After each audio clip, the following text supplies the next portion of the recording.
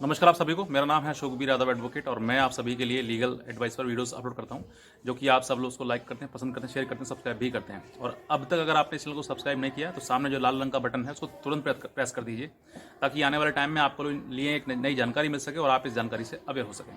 तो बहरहाल आज हम बात करते हैं एक ऐसी ही जो कि जानकारी जो कि आप सबको बहुत ज़रूरी है ऐसे समय पर, क्योंकि उत्तर प्रदेश और दिल्ली, हरियाणा, कई जगहों पर, कई राज्य में आज के समय में लॉकडाउन चल रहा है।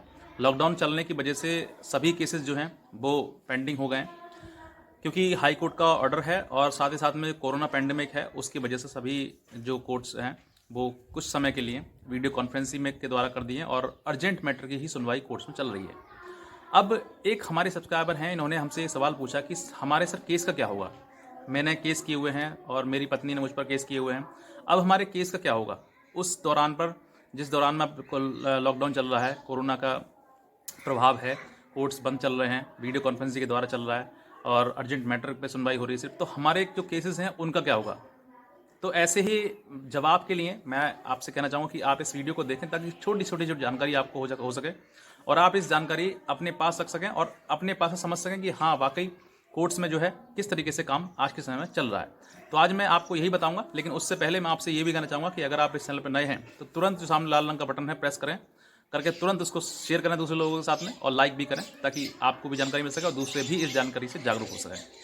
तो बहरहाल अब मैं बात करता हूँ कि जैसे कि जो व्यक्ति जिनके भी केस चल रहे हैं, कोई भी हो सकता है, चाहे वो विक्टिम हो, एक्यूज्ड हो, पति पत्नी हो या दूसरे कोई और लोग हों।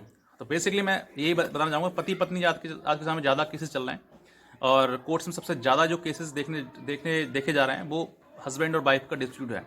अब वो डिस्प्यूट किस कारण सा है, किस बात का है, वो तो बात की बात है, ट्रायल की बात है। लेकिन अभी इसी समय पर जो आपने अगर अपने केसेस जो है रिसेंट में ही किए हैं, चाहे वो डीवी का हो, मेंटेनेंस का हो, सेक्शन 498A का हो या फिर 406 आईपीसी का हो, किसी का भी हो सकता है। अब ये इन केसेस में ऐसे समय पर जो कि पैंडमिक डिसीज के दौरान कोर्ट्स जो है वो क्लोज किए हुए हैं और उनमें सिर्फ अर्जेंट मैटर ही चल रहा है, बाकी जो जनरल चीज़ें हैं वो नहीं चल पा रही हैं। तो इस समय पर, ऐसे समय पर आपके जो केसेस हैं क्या उन पर इफेक्ट पड़ेगा और क्या होगा उनका ऐसे समय पर जिन केसेस में अभी तक कोई भी डेट वगैरह नहीं लगी है। तो मैं बताना चाहूँगा कि अगर सबसे पहले मैं बात करूँगा कि आपके सेक्शन 498A, अगर वो केस स्टेट केस है, यानी कि गवर्नमेंट के द्वारा कराया गया है, यानी कि थाने में वो दर्ज कराया गया है, तो देखिए अगर आपने रिसेंट में अभी केस को फाइल किया है, केस करवाया है, तो ये देखिए जिम्मेदारी बनती है स्टेट गवर्नमेंट की। स्टेट गवर्नमेंट अब उसमें धीरे धीरे अपने इन्वेस्टिगेशन करेगी और करने के बाद जो भी उसमें तथ्य आएंगे उनके आधार पर वो चार्जशीट लगाएगी या फिर एफआईआर लगाएगी। इसका कोरोना से मतलब कुछ नहीं, क्योंकि कोर्ट में काम बंद है, थाने का बंद नहीं है। तो थाने में जो है वो जो आईओ है, अपना आईओ से इन्वेस्टिगेशन जो ऑफिसर आपके केस में, उससे आप संपर्क करें, उससे आप मिलें और उससे आप बात करें कि हमारे केस में क्या चल रहा है, क्या उसमें अभी तक जांच पूरी हुई है या फिर नहीं हुई है, उसमें चार्जशीट लगी है या नहीं लगी है, एफआईआर लगी है, क्या लगा है, क्या इन्वेस्टिगेशन हो रहा है। आप अपने आईओ से बात कर सकते हैं। यानी कि इसका जो लॉकडाउन का इफेक्ट है वो इसके कोर्ट के मतलब थाने में जो केस है उस पर कोई भी प्रभाव आपका नहीं पड़ने वाला है। अगर उसमें चार्जशीट लगनी है तो लगेगी, एफआईआर लगनी है तो लगेगी, उसमें इसका लॉकडाउन का कोई भी इफेक्ट उस केस पर आपका नहीं होना है। अगर उस केस को, यानी कि थाने के बाद अगर आप वो कोर्ट में केस आ गया है, कुछ लोगों का पेंडिंग चल रहा होगा केस कोर्ट थाने में, किसी का खत्म हो गया है, थाने से पूरा हो गया, चार्जशीट लग गई है और कोर्ट में आ गई है, या फिर एफआईआर लग गई है और कोर्ट में आ गई है, तो फिर क्या है, अब उस पर असर पड़ेगा, क्योंकि अब जो है वो मैटर जो है वो कोर्ट में पहुंच चुका है और कोर्ट का मैटर जो है वो जब ही ये स्टार्ट होगा प्रॉपर तरीके, जब कोर्ट प्रॉपर तरीके से स्टार्ट हो जाएंगे। अब उसमें सिर्फ डेट तो लगेगी, लेकिन किसी व्यक्ति को किसी के व्यक्ति के खिलाफ कोई भी, चाहे अगेंस्ट उसके अक्यूज हो, उसके खिलाफ कोई भी एडवर्स ऑर्डर नहीं पास होगा। यानी कि उसके खिलाफ कोई भी ऑर्डर जो आप सोच रहे हैं कि आप उसके वारंट हो जाए, किस तरीके से हो जाए, कुछ ऐसा कुछ नहीं होगा। जैसे चल रहा है, सम्मन चल रहा है, सम्मन चलते रहेंगे, अगर वारंट चल रहा है वारंट चलते रहेंगे, एनवीडीओ चल रहा है एनवीडीओ चलते रहेंगे और वो भी पास नहीं होंगे। यानी कि जो पहले से कोरोना टाइम के पीरियड से पहले से ही इफेक्ट में है वही लगातार चलता रहेगा। और अगर वारंट वगैरह चल रहे हैं तो आप जरूर उनसे संपर्क करें और वो वारंट जो है वहाँ पर ही उसमें कोई भी वारंट पास वगैरह नहीं किया जाएगा। तो ये चीज़ आपको देखनी है, समझनी है और अपने वकील के द्वारा आप मेरे को मिलना है। अब रही बात डीवी, मेंटेनेंस डीवी वगैरह, ये देखिए डीवी आपने कोर्ट में किया डायरेक्ट, वो भी कहीं थाने वगैरह से नहीं होता है। डीवी का आपने जो केस है वो डायरेक्ट कोर्ट में किया है। दूसरा मेंटेनेंस है, तो मेंटेनेंस भी आपने डायरेक्ट कोर्ट में किया है, वो भी किसी थाने वगैरह से नहीं होता है। तो ये दोनों जो केसेस हैं वो भी कोर्ट में ही हैं। तो कोर्ट में है तो कोर्ट का मतलब ये है कि फिर आपको कोई भी ऐसी अर्जेंट चीज़ें नहीं है वो, और वो जो है वो उस पर इस लॉकडाउन का असर पड़ेगा और उसमें कोई भी सुनवाई किसी प्रकार से नहीं होगी।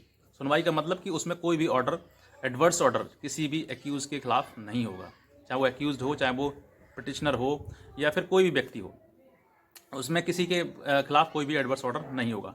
और रही बात इसमें कि आप उसमें अब जो डेट हैं कोर्ट में जो जो केस चल रहे हैं, क्या उनमें डेट लगेगी?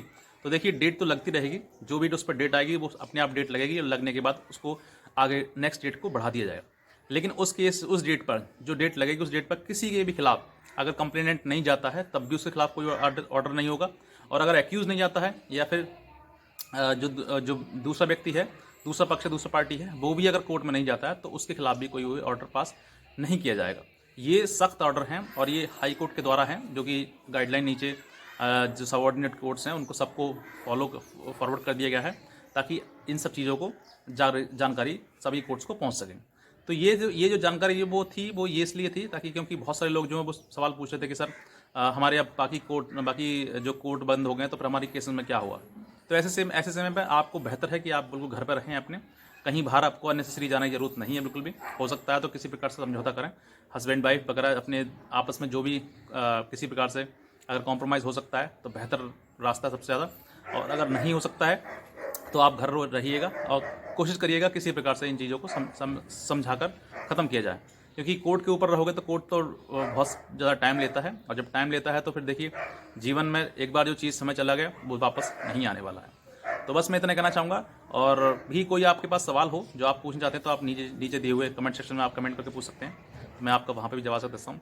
तो और बस यही कहना चाहूँगा, और बाकी इस चैनल को सब्सक्राइब करिए, दूसरे लोगों तक भी इस जानकारी को पहुँचाइएगा। तो बस इतना कहना चाहूँगा। बाकी आज की वीडियो देखने आप सभी को बहुत बहुत धन्यवाद।